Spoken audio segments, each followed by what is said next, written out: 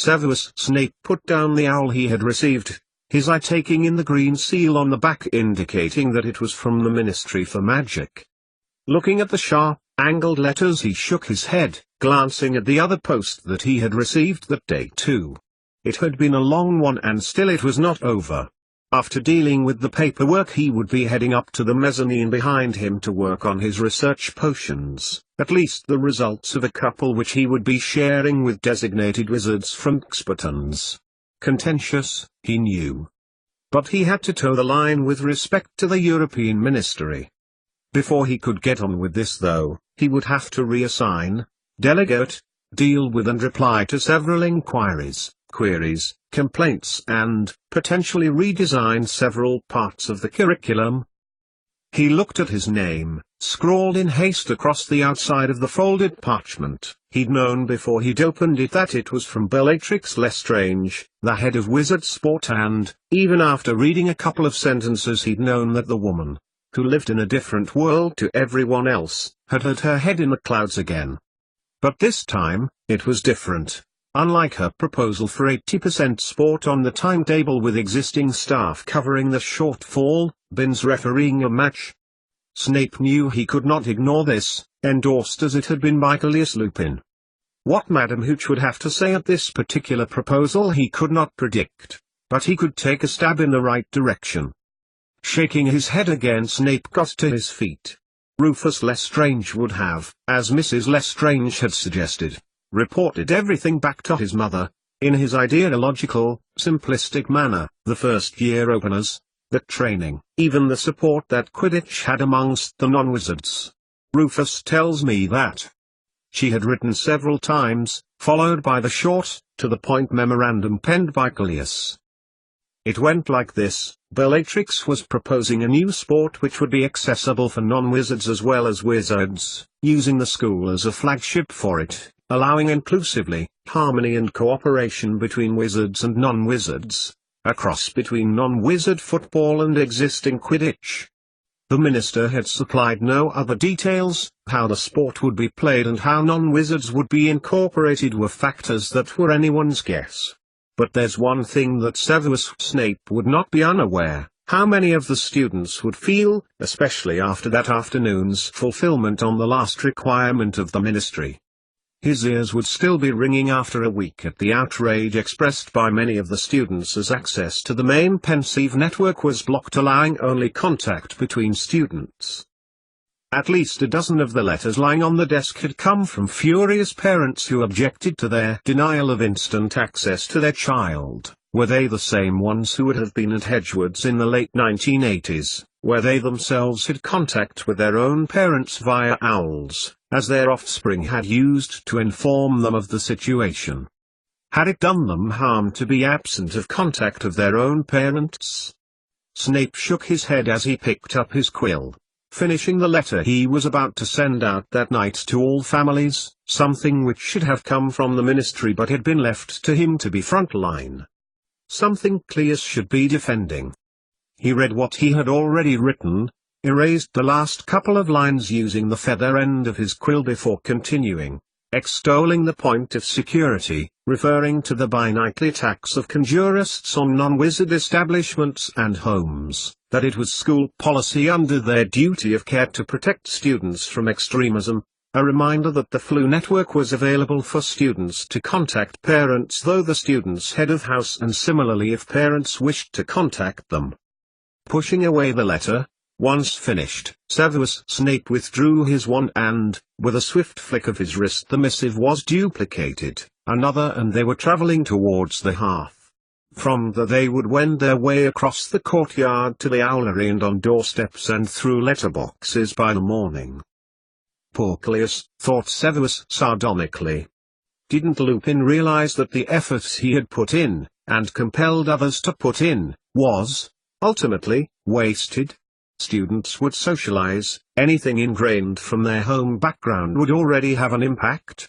And that any ban imposed by any adult automatically would be challenged by any young witch or wizard as a matter of course. He knew that the heads of houses had also received owls, and howlers, something he had warned the staff about, something he knew that would happen as he had sat around the wide, oval table in the ministry. Snape got to his feet, putting the pensive action out of his mind. There were other things for him to have to consider, particularly the non-wizards and, even more particularly, the non-wizards who were getting ill, and those who were becoming proficient in magic.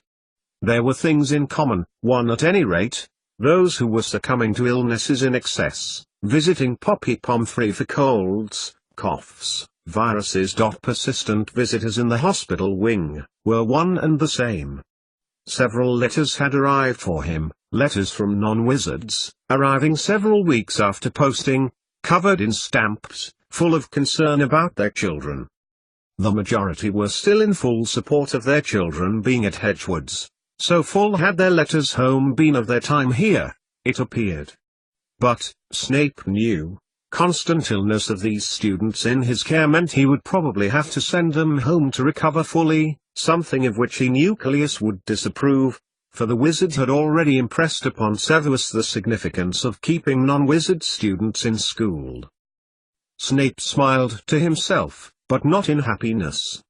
Would Callias be sympathetic to his point of view, seeing as he was, after all, responsible for the safety, health and well-being of the students in his care, or would he press home the political issue, were he to be aware of Snape's suspicions of why he believed there was a connection between illness and apparent magical ability in the non-wizards here at Hedgewoods?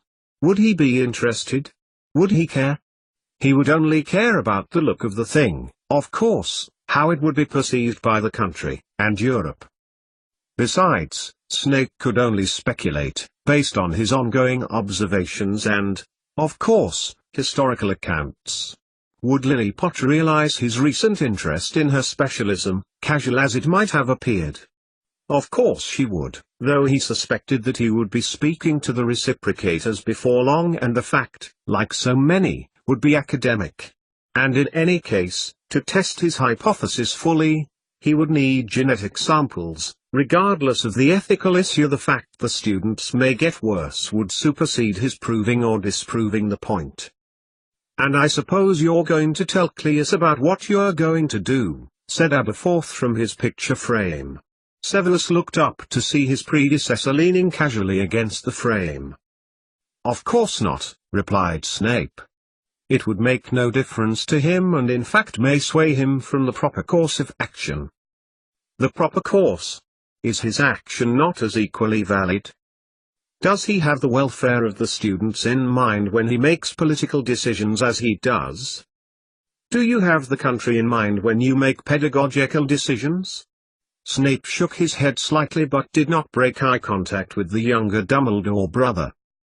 "I know what is causing the problem," replied Severus evenly. "You suspect," corrected Aberforth, "but yes. Of course the health of the students must be considered. You said that their families supported their continued education here? Many of them.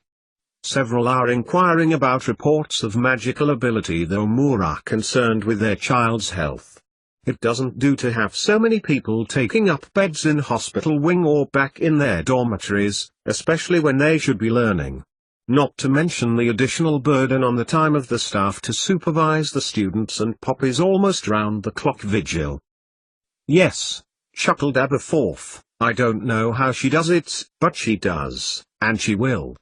No patient will be left untended, no student left untreated. Much like her grandfather, oh yes. I remember one term when Pompops Pomfrey treated the entire Slytherin Quidditch team for a case of dragon pox. We never did find out who'd done it, but everyone was convinced that it was an inside job. House colors, you see, greenish tinge to the skin. I'm concerned about the reaction of the young wizards towards those non-wizard students who have achieved some magic," Severus continued. "Some students think that the non-wizards are playing tricks and have got other students to do magic for them or are cheating in some way. Some of the non-wizards are feeling under pressure if they've not performed any magic." "And yet you are handling the situation marvelously," complimented Aberforth, smiling at Severus. "Snape, the difficulties that you and Callias find in working together will prevail in the end." Snape closed his mouth, He was about to ask Aberforth for the umpteenth time why his legacy was to share the position of head of the reciprocators between him and Cleus Lupin. "I shall leave you, Severus, to continue with your work. I know you are busy with finding a cure for poor Remus Lupin." "Indeed." Snape nodded before turning on his heel. From what he has seen the last time he had visited St. Mungo's, poor Remus Lupin was right. 88,888,888. Down in the Gryffindor common room a page of a book was being passed around the room. Some were reading it and giggling, some smiling. Others were ignoring it and getting on with reading or homework. It had come in Septimus's direction who, having read the title at the top, put it down on the arm of the chair and turned back to the game of top trumps he was playing with Julian.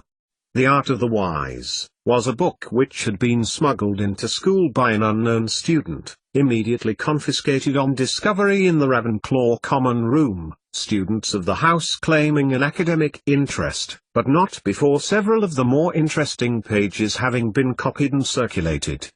One by one the pages were being collected by staff and heads of house, or thrown into hearths by more conscientious students, but still some remained in circulation. The parts about a magical language had intrigued several, until it was pointed out that, to non-wizards, the spells were the magical language. Another section talked about the genetic ability of wizards to do spells and how this happened. Again, someone pointed out that it was what they learned about in biology in any case thanks to Severus Snape's work nearly 15 years earlier, The Universal Link. All that a controversial book had promised in terms of shocking evidence that would divide wizards from non-wizards didn't seem shocking at all, if you thought about it.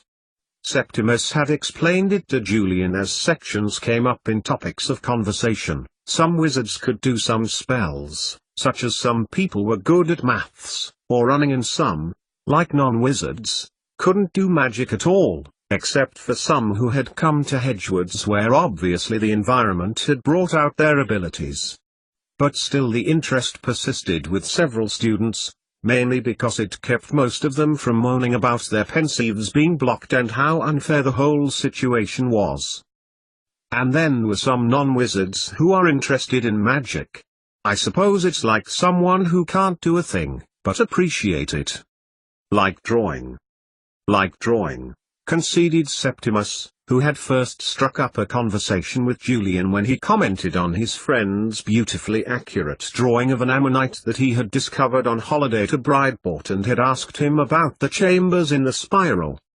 "So you can help me with this homework then, seeing as you know so much about the Universal Link?" He put down his cards and pulled out of his pocket a parchment with the words, "Summary of the Universal Link, by Julian W. Scott," written in it. Maybe. Septimus glanced up as the page that he had discarded had been whisked off the arm of the settee on which they were sitting.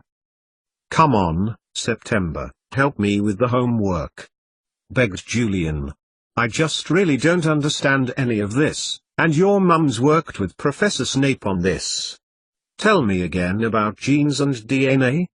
But before he could begin, much to Julian's chagrin, Darren walked over and sat between them.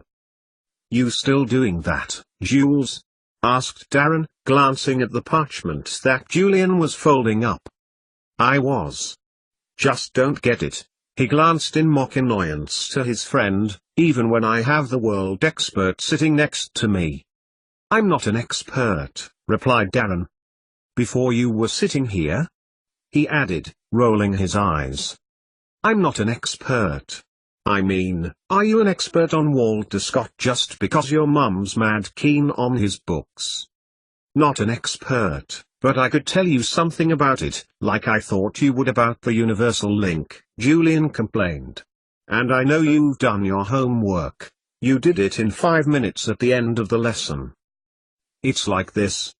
We're made of cells and they contain chemicals called DNA that tell our bodies what to do, how to be." "How to be," repeated Julian, bending towards his lap and, with a quill scrawling down what his friend was saying. "Go on." Wizards have some chemical DNA that means they can use any energy around them to make into spells. But non-wizards don't have that particular .d.n.a? asked Julian. That's right, replied Septimus. And it depends on how good your DNA is, if you're a wizard, added Darren, watching Julian write. If it's good at changing the energy into spells, then you're a good, powerful wizard. Some wizards aren't so good though. They might be good at one particular type of magic, for example, finished Julian, nodding at Darren. It was a credit to their other friend that he recognized that Julian would be on and on about this if he hadn't waited to share with them the news that he so obviously had. Got it, confirmed Septimus. He paused, trying not to rush as Julian finished writing everything down. When Julian began to fold up the paper and stow it in his pocket, Septimus turned to Darren, looking at him expectantly. You asked me about Fraser Blewett, said Darren, shifting between Julian and Septimus. And I spoke to Dudley. Septimus stared at Darren and Julian frowned. They knew Darren's older brother knew a lot about the other students. Having spent a year working in Hedgewoods before applying to the ministry, it had been Dudley's unruly behavior and bad record that had required him to do voluntary experience at a wizard institution. He had relished the opportunity and had thrived, working closely with all of the head boys and girls and the house masters and mistresses, a consequence of which was his picking up of a lot of gossip about a whole manner of things. But before Darren could share what he knew, a shadow blocked his light. All three boys looked up into the face of Sam Potter. "What are you planning?" asked the Gryffindor head boy. He glanced at the arm of the sofa and frowned. Septimus followed his look and watched Sam grasp the scrawled copy of the Art of the Wise page. "I've not seen you with this," tutted Sam as he crumpled it under his hand. "And nor will I again," he added. "It's rubbish anyway, and nothing we don't already know from school," said Septimus, hoping to sound dismissive. "Mum tells it better," he added. "Only I wish some people would have explained it all sooner," grumbled Julian. "Okay," replied Septimus, "where do you want me to start?" "How about you start by saying about DNA before I tell you about Arella," said Darren, a small smile on his face. "How about you tell us about Arella before I hear about DNA?" replied Julian, a little too quickly. Ignoring the raised eyebrows of both of his friends as they exchanged looks, Julian looked expectantly at Darren. "Well, according to Roe Williams, who overheard Arella speaking to Gertrude Harris, their father is a wizard well into," he lowered his voice, conjurists. He looked around. A couple of other students from the third year passed behind the back of the sofa, pausing for a moment. "There's more," he hissed, turning as the two older girls laughed loudly as they walked by. "Not here," he added, lowering his head and looking between Septimus and Julian. "Then where?" hissed back Julian, leaning in. Wondering why it was that his friend was keen to know what Darren had to say about Arella and how it was that he knew, Septimus followed both of his friends through the passage towards the fat lady's portrait, pushing it aside and jumping down into the corridor. "Where shall we go?" he asked as they all looked around. No one was, and there was a further pause. "The library? The library? We have essays due on Monday, the common room would be quieter." Julian shook his head. "How about the greenhouses?" Septimus looked at his friend. Julian, the botanist and geologist, he was learning so much about the magical plant species faster than even the keenest of wizard students. It wouldn't seem odd for him to be down there and, considering the rough time he'd had recently having to stare at the ceiling of the hospital wing while he recovered from one malady and then another a few hours with the strange, weird and wonderful biological species down there was hard to complain about. Darren on the other hand, rolled his eyes, but held his tongue. "I was going to suggest the Quidditch broom sheds," said Septimus conversationally. "I need to polish the lightning shot anyway. And I'll help you with the essay later." he added as they began to make their way towards the stairs that led to the side entrance of the ground floor of the castle. "Okay," replied Julian, his mood a little brighter, and Septimus wondered whether it was the thought of the plant or maybe. The seed of a thought went unwatered however as Julian added, "Could you take me up on your broom again sometime?" Septimus smiled. "Course. Such a pity you can't do it yourself," said Darren conversationally. "I mean, it's so cool, and you can play Quidditch, even if it's just a throw around, and dash. When Mum gets her way non-wizards will be able to play Quidditch." The three friends stopped and turned. Behind them Rufus Lestrange smiled at them toothily, a slightly strange expression considering he was wearing jeans and t-shirt and, over the top, what seemed to be a football shirt crossed with a Gryffindor house robe. "It's a prototype," he said, answering their unspoken question. "Mum sent it. It's—" He looked around furtively at the semi-lit corridor. "Mum's got plans," continued Rufus, tapping his nose. "Put it this way," he said, leaning in towards Julian. "Never say never, as far as Quidditch is concerned. Or should I say," he broke off. "Should you say?" repeated Darren. "I shouldn't," said Rufus. "Mum told me not to. But you'll soon find out," he added, oblivious to the confused looks that his remarks had invoked. "So, where are you going?" 10 minutes later, and in amongst the hissing pines, too masked a noise set Julian, but Septimus knew his friend better. Darren stood between Julian and Septimus, Rufus standing a pace back, his portable pensieve in hand as he cues up the tracks he was about to listen to. Whether they would call him their friend Septimus was not in the position to say for sure, but he seemed harmless and even Julian hadn't objected to him accompanying them despite how much Rufus irritated him. "I was saying," said Darren, as Rufus stepped closer. "Arella told Ro and Gertrude that her father was involved with conjurists." "Well, that's not news," said Julian as the intermittent hissing around them began to quieten. "We could have guessed that from her beloved brother, who took his time to save her when she fell from the Quidditch stands," said Darren. "Apparently Arella and her mother are against conjurism, and his father's afraid that Mrs. Blewett might say something." "Like what?" asked Septimus. "She didn't tell them," explained Darren.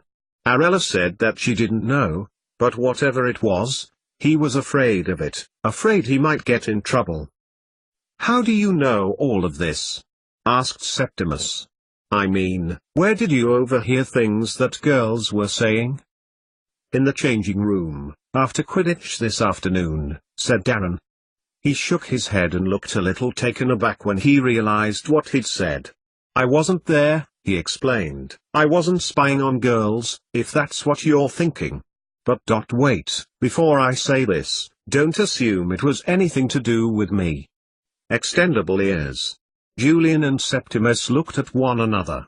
Rufus, not quite on this planet, or, if he was, didn't respond to even the most obvious of stimuli, merely looked up from his playlist, appearing to listen intently. "I got rid of them, obviously," said Darren. "Don't know how long they'd been there," he added, shaking his head. "Between the exit corridor doors. They were late to dinner, I remember," said Julian, pausing as the hissing grew again. "You were too?" Septimus nodded. "But you took them out?" Julian shook his head. "Maybe they were there for a reason." "Not a good reason, I expect." "I had to. Sam Potter came in and saw them." "It was that, or being up in front of the McGonagall." "Or worse," said Darren. "I've been up before Professor Snape once too often this term." Mum and Dad weren't impressed. Dudley had never got spoken to by the head in all the 7 years he was here. "Really?" asked Rufus. "It's something I'm sure I'm going to hear a lot of while I'm here," said Darren dolefully. Septimus threw him a sympathetic look. He knew how much Mr. and Mrs. Black doted on their elder son. He often wondered whether Darren got into Quidditch because Dudley was never interested in it. He could never be compared to his elder brother. That'll be the reason Arella always looks terrified all the time, why her brother keeps such a heavy hand on her. Doesn't let her talk to anyone, said Septimus, as the cold evening breeze blew through the open frames. The pine's hissing started again, this time at a slightly higher pitch, and he noticed Julian turn his attention to this momentarily. I thought it was because she was weak, said Daron, magically so, he added as Julian squinted at him. Someone who can only do a bit of magic, whose DNA lets them do only a few spells. The universal link, piped up Rufus as he looked intently at the screen of his portable pensieve before jabbing it with a finger. Julian sighed. So everyone knows about the universal link except me? Perhaps we really should have gone to the library. Don't worry, mate, said Septimus, smiling at his friend. I'll go through it with you tomorrow, I promise. A gust of wind puffed through a broken glass pane, causing a short, low-pitched hiss to come from the nearby pines. I wonder what she knows about conjurists that's so bad, he continued absently. Her father arranged for the half-breeds to come into the country, said Rufus, his eyes fixed on his portable pensieve as he spoke. Mum said. He looked up at three shocked faces. Thales Blue-Wit found the houses that took them in. A moment passed, before he looked at Septimus. Their eyes locked for a moment before Rufus looked back to his playlist, his earphone leads trailing through his curly black hair. Oh mate, said Julian, clapping him on the shoulder. But before anyone had a chance to say anything, the metal of the door through which they had come rattled. The wind, said Julian over the sound of the hissing. But then footsteps disproved his assertion, and the friends looked around them. Hello. A voice they recognized emanated from the direction of the rattling and the footsteps. The owner of the voice then appeared in the gloom. Lumos, the voice said. Professor. Julian smiled nervously as Professor Longbottom, his stature looming above them, and it occurred to Septimus as he put to one side the stunning news that Remus had just confided, how much the professor of herbology looked like a big teddy bear. What are you doing down here? Julian? Septimus? Darren? Rufus? He looked at each one of them in turn, his expression one of concern fused with mild accusation. Before Julian could say something, which Septimus believed would be plant-based, Rufus looked up from his portable pensieve and looked at their teacher. Professor, Julian is interested in the hissing pines. I decided to come down with him to record them, so he could study them in his own time. Septimus stared, before jerking his head towards Julian and, behind him, Darren. Both were staring open-mouthed at Rufus Lestrange, who appeared to have taken in a lot more than his outward manner would appear. Is this right, Julian? Professor Longbottom stared at him. Because, though I approve of your keenness in the subject, your absence in the common room has been noticed. Julian said nothing but, still staring at Rufus, nodded firmly. Your head of house will know about this. Punishment will follow, I can assure you. Darren shook his head, another black mark on his record compared to the blank sheet of his brothers. Septimus gave him a sympathetic look. And, Mr. Lestrange, may I check your portable pensieve? Certainly, Professor. He pulled the wires from his ears and gave the handset to Professor Longbottom, leaning over when, with a pause, their teacher frowned a little over the operation of the device. Music.lots, narrated Rufus, clicking down the menu. I'd have got more, but, as we can't use the network anymore, I'll have to download some more next time I'm home.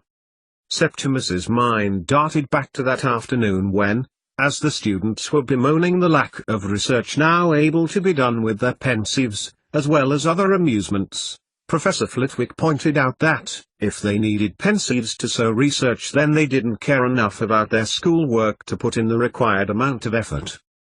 But, it's not like we copy everything we find, said one girl from Hufflepuff.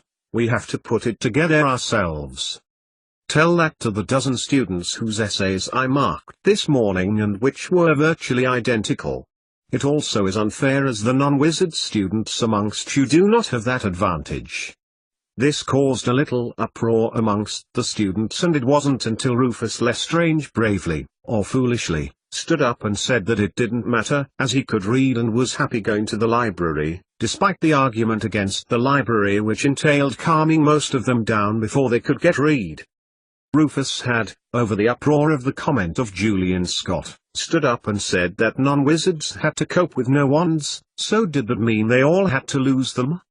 Professor Flitwick had frowned before realizing what Rufus had said. If I had no feet, would I be bothered about shoes? Septimus had a funny feeling that Rufus had saved Julian from a detention, as the class around them realized that he had defended pensive ownership and had greeted his comment with a cheer. Professor Flitwick had been so confused that he had forgot to remonstrate either of them. Later that afternoon Julian had appeared to push his irritation about the boy aside and had let Rufus show him his musical instruments. He, Septimus and Rufus had shared some sweets and they'd laughed about the metronome, which here was actually a metronome, a gnome that lived in a pyramidal-shaped wooden box and beat out the time as Rufus played his electric guitar, declaring that, despite what Septimus thought about it being really good, that he was actually a beginner. Perhaps this was why Rufus had come after them this afternoon, and why he had half shared his secret about goodness knows what. Ah yes, here. This is what I recorded tonight. Septimus's mind was brought back to the present and he watched as Rufus, as they stood in the greenhouse, stabbed at the screen and the loud, high-pitched hissing that they'd heard as they'd arrived replayed. Immediately the local pines struck up a complimentary hiss which began to grow. You can turn it off now, lad, said Professor Longbottom, over the ever-increasing din. What? You can turn it off now, he bellowed as he looked around at the clearly distressed saplings. Rufus jabbed at the screen again and the recording that he'd made on the pensive dropped to nothing and, almost immediately, the hissing around them stopped too. Sorry, Professor, continued Rufus. I couldn't hear you. But I switched it off because the trees sounded upset. If you want to hear the rest, I could replay it for you back at the castle. Neville Longbottom gave him a look, one which Septimus thought conveyed confused admiration crossed with mild exasperation, one which he was all too used to seeing on Julian's face. No need, Rufus, assured Professor Longbottom. He surveyed the group before marching them back to the castle. As he pulled the covers up to his chin that night, Septimus replayed the events of the evening in the greenhouses in his mind. All that had gone on, and had spoken about, had been interesting. Arella and her family, Julian's covert research on the plants that he was interested in, Rufus's complete on the ballness with what was going on, and jumping in to help them out, the result of which had meant only a week of detention for them all with Professor McGonagall, which could have been far worse. What stuck in his head, what his mind could not let go of, was what Rufus had said about Arella and Fraser's father. Of course he knew that someone had allowed half-breeds into the country, something which had led to individual wizard conjurists to keeping them in their houses, some of which had then attacked wizards and non-wizards alike, but what he remembered most was his own reaction to Rufus's unchecked words. Someone had to have let the half-breeds in, but to know someone related to that person? The pang of sadness that was always at the back of his mind had grown to an ache, a reminder now that there was nothing that could be done for his father. That students he knew had a father themselves who was, indirectly, responsible for putting his father into intensive wizard care, something not even the cleverest wizard or healer could say if he would recover.